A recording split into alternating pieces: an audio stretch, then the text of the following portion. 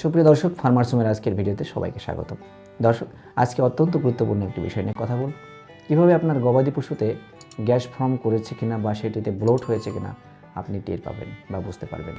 দর্শক, বাহ্যিক কিছু বা বাইরের থেকে কিছু লক্ষণ রয়েছে যেগুলো দেখলেই কিন্তু আপনি অনুমান করতে পারবেন বা নির্ণয় করতে পারবেন যে আপনার গবাদি পশুতে ব্লোট হয়েছে বা গ্যাস ফর্ম করেছে বা পেট ফেপেছে। প্রথমত আপনি দেখবেন যে আপনার পশুটির জাবর কাটা বন্ধ করে দিয়েছে। দ্বিতীয়ত আপনি লক্ষ্য করবেন তার বাম পাশের যে রুমিনাল এরিয়া রয়েছে বা ত্রিকোণাকৃতি যে জায়গাটি রয়েছে সেটা কিন্তু স্বাভাবিক একটু নিচু থাকে, সেই জায়গাটি কিন্তু গ্যাস ফর্ম করার কারণে বেশ ফুলে উঠবে এবং আমরা বলে থাকি যে পিঠের উপর দিয়ে হয়তো পেটটা উঠে গেছে, গ্রামের লোকজন বলে থাকে, এরকম একটা পরিস্থিতি হয়।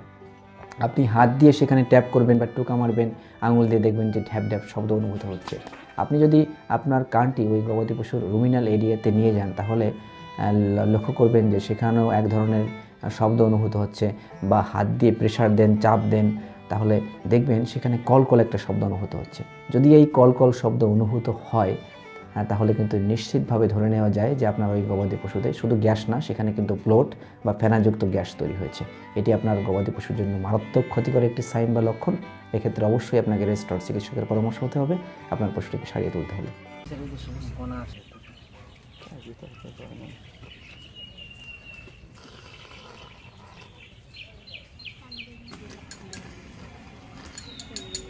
দর্শক, পরবর্তীতে গবাদি পশু পালন সংক্রান্ত এবং চিকিৎসা সংক্রান্ত আরও অনেক গুরুত্বপূর্ণ ভিডিও নিয়ে আপনাদের সামনে হাজির হব। সেগুলো দেখতে সাবস্ক্রাইব করে আমার সঙ্গেই থাকুন।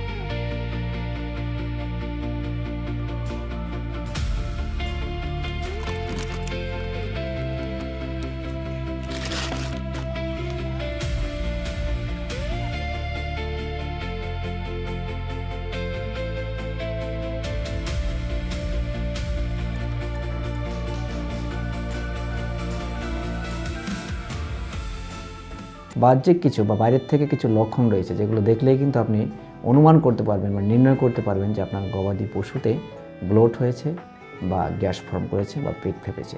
প্রথমত আপনি দেখবেন যে আপনার পশুটির জাবর কাটা বন্ধ করে দিয়েছে।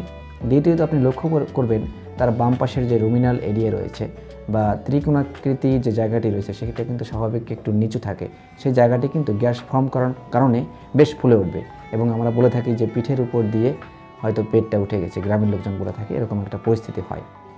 আপনি হাত দিয়ে সেখানে ট্যাপ করবেন বা টোকা মারবেন, আঙুল দিয়ে দেখবেন যে ঢ্যাপ ঢ্যাপ শব্দ অনুভূত হচ্ছে।